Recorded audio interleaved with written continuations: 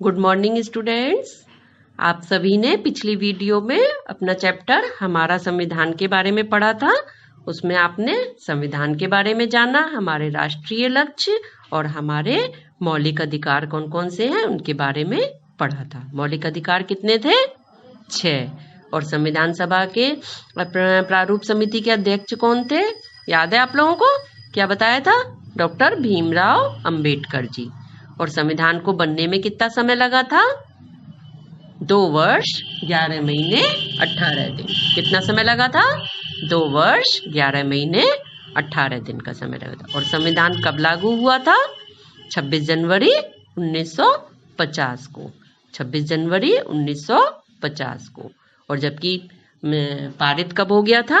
26 नवंबर 1949 को। तो 2 महीने बाद यह लागू हुआ, और जिस दिन लागू हुआ उस दिन को हम गणतंत्र दिवस के रूप में मनाते हैं।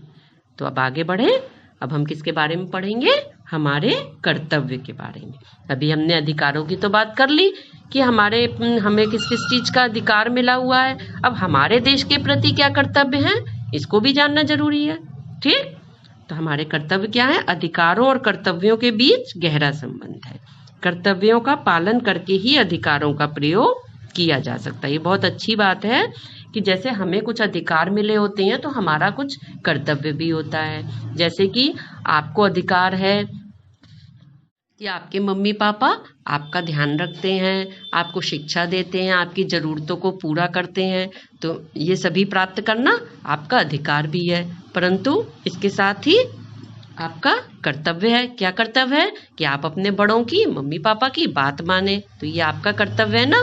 तो जैसे अधिकार भी है तो उसके कर्तव्य भी होते हैं। तो कर्तव्यों का जब हम पालन करते हैं तभी तो हमें अधिकार मिलेंगे। जैसे कि हमें अपने विचार प्रकट करने का अधिकार है कि हम अपने विचार कहीं भी प्रकट कर सकते हैं, परंतु हमारा कर्तव्य है कि हम दूसरों की निंदा ना करें। मतलब कि हमारा यह भी कर्तव्य है कि हम दूसरों की बुराई ना करें।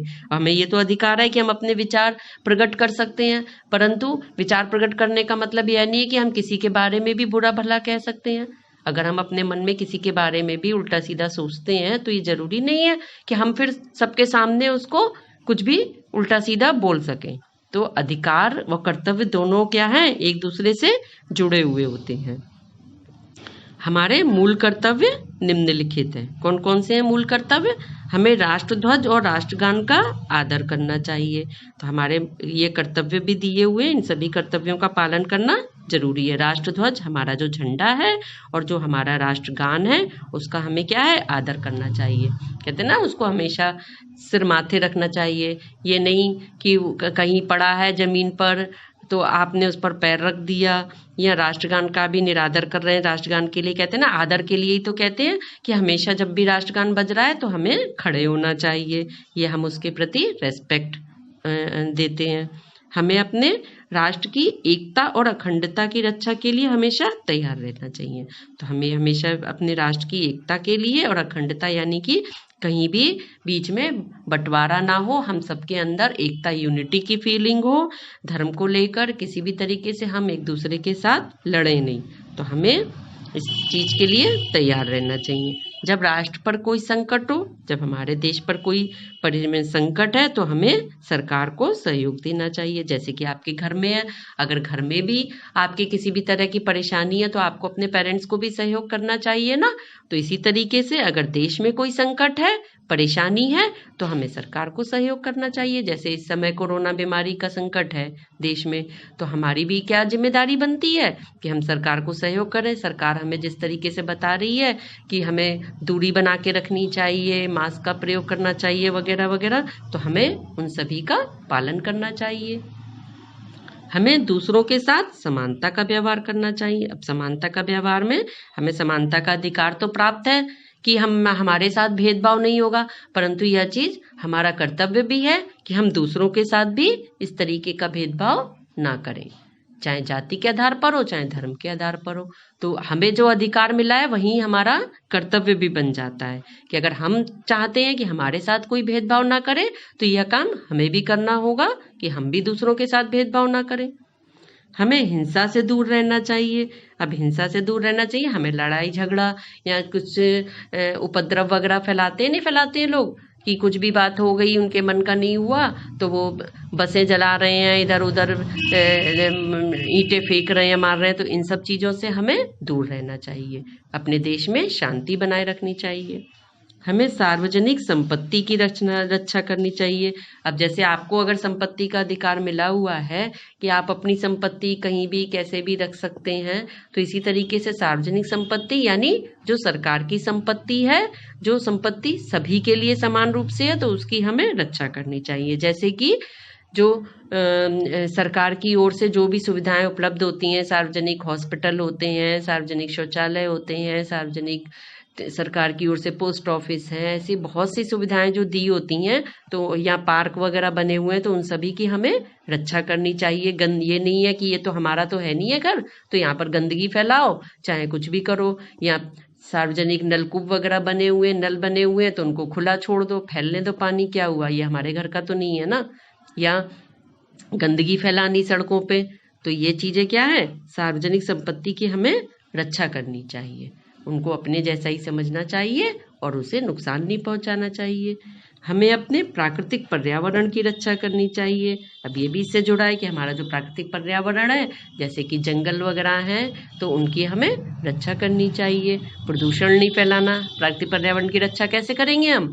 प्रदूषण नहीं फैलाएंगे, पॉलीथीन का प्रयोग नहीं करेंगे, पानी को वेस्ट नहीं करेंगे, हवा को स्वच्छ बनाए रखने के लिए ज़्यादा से ज़्यादा पौधे लगाने की ज़रूरत है।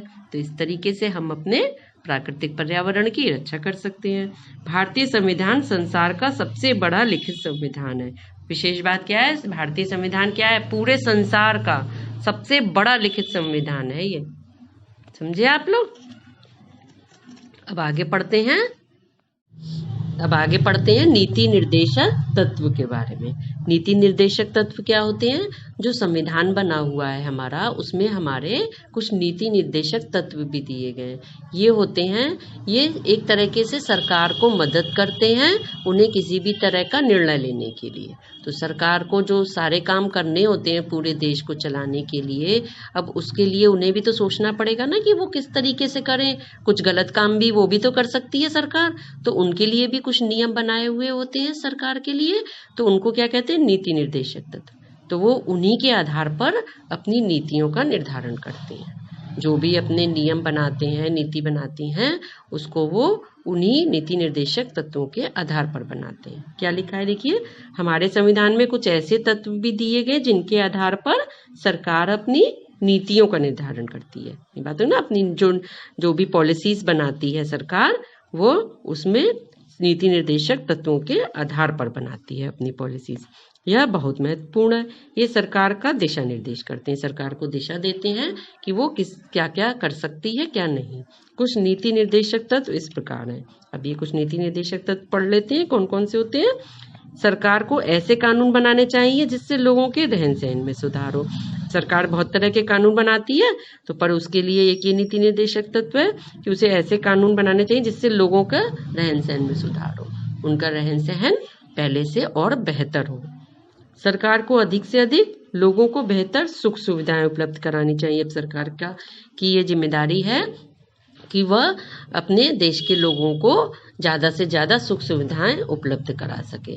यह भी ध्यान रखना चाहिए कि इन सुविधाओं का लाभ सभी को मिले समान रूप से। अब ये नहीं कि उन्होंने पॉलिसीज तो बनाई, परंतु उनसे एक किसी विशेष वर्ग को ही सुविधा मिल रही है और किसी विशेष वर्ग को कोई सुविधा नहीं मिल पा रही है। यानी जैसे कोई पॉलिसी ऐसी बना दी उन्होंने जिससे अमीर लोगों को तो फायदा हो रहा है, गरीब लोगों को फायदा नहीं हो रहा है उससे, तो ये भी गलत है ना।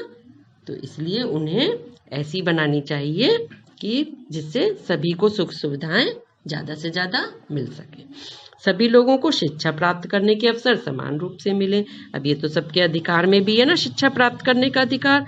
तो नीति निर्देशक तत्व में भी है कि सरकार कोई भी शिक्षा से संबंधित नियम कानून पारित करती है तो वो इसे ये ध्यान रखना होगा सरकार को कि उसका जो लाभ है वो सभी को मिले समान रूप से। 14 साल की उम्र तक के बच्चों को निःशुल्क और अनिवार्य रूप से शिक्षा दी जाए। 14 साल तक के बच्चे जो होते हैं उनको सरकार की ओर से फ्री शिक्षा दी जानी चाहिए। अनुसूचित जातियों, अनुसूचित जनजातियों और समाज के कमजोर वर्गों की दशा में सुधार किया जाए। जो अनुसूचित जाति और अनुसूचित जनजाति के लोग हैं, चूंकि वो बहुत पिछड़े हुए हैं, इसलिए यह कोशिश की जाती है कि उनको कुछ, और जो समाज के कमजोर वर्ग हैं उन्हीं सभी की दशा में सुधार किया जाए। अब जिसकी फाइनेंशियल प्रॉब्लम अच्छी नहीं है, जो अनुसूचित जनजाति के लोग हैं, पिछड़े हुए लोग हैं, या जो कुछ कहते ना अपंग लोग हैं, तो उन सभी लोगों को कुछ उनकी दशा में सुधार हो, इसके लिए भी सरकार कुछ बना सकती है।